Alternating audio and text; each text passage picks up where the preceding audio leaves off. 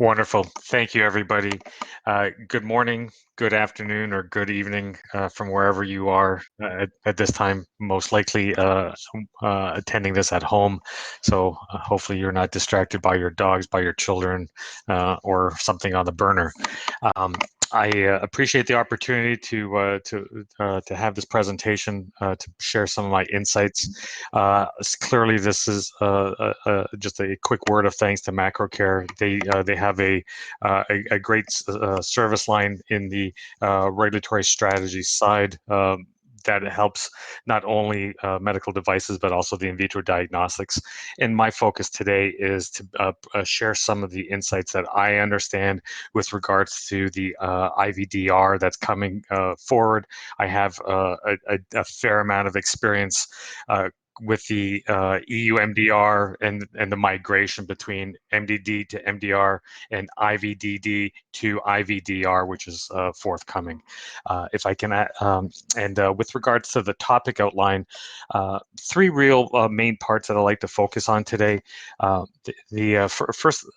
First off is just giving a little bit of a background with regards to how the IVDs have been changed from a classification standpoint, because that there certainly will be some implications to the IVD manufacturers.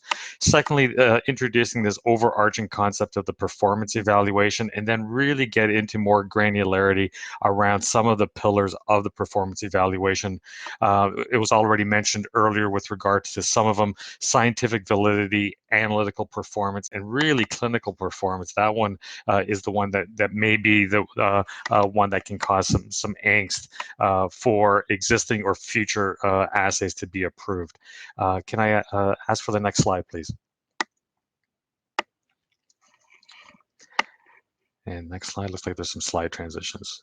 Okay, perfect. So with regard to the IVDR, the scope has changed nearly exponentially compared to IVDD.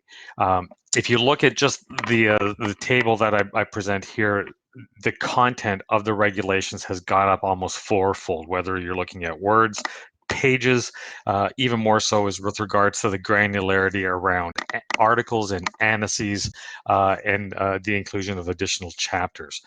What I really want to focus on is on this bottom half of the slide.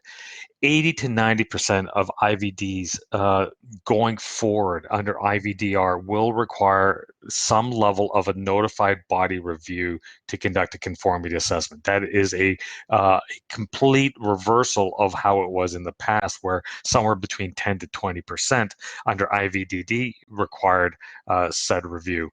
And the important part out of this is that there, just like EU MDR, there is no grandfathering provision.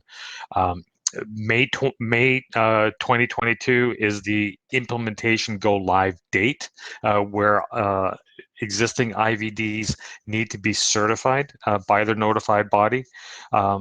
Now, granted, EU MDR has just pushed that back 1 year, and third parties have been requesting the European Union to push back the implementation date for IVDR, but there has been nothing